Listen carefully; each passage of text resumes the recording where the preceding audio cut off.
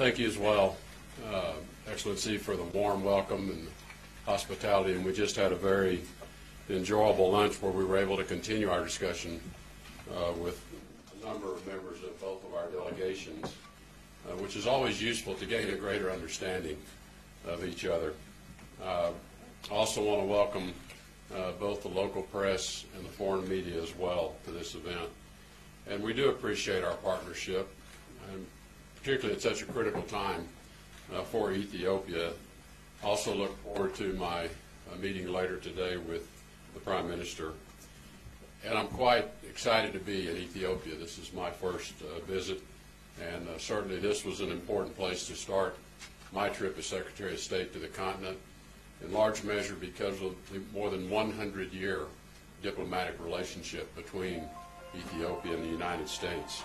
It's been an enduring relationship, as the Foreign Minister described it, an all-weather relationship that even when storm clouds gather, we remain friends and have always worked through challenges together. Also want to acknowledge again today, this being International Women's Day, and an opportunity to recognize and celebrate the social, economic, cultural, and political achievements of women across the world, and note the role of women in Ethiopia in promoting economic growth as well. It's quite evident the prominence that the women already occupy in government, but in economics as well, strengthening the rule of law, the important role they play in human rights, and building and strengthening a civil society that will thrive.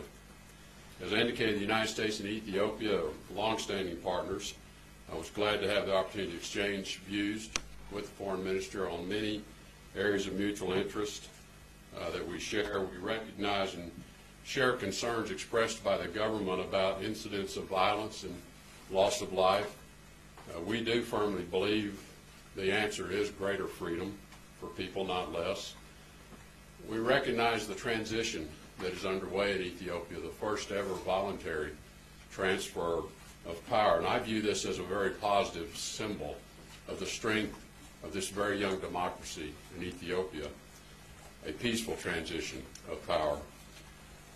Given recent events, the United States has expressed our concerns with the government's decision to impose another state of emergency, because it does put restrictions on fundamental rights like assembly and expression.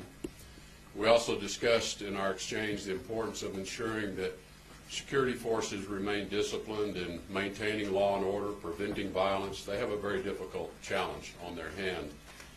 This tests their own discipline as well.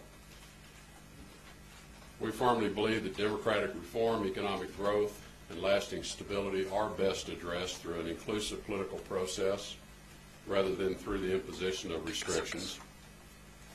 And we encourage the Ethiopian people as well to maintain patience, maintain support for your government through this change, through this transition, but also in pursuing this journey of democracy, which takes time and effort.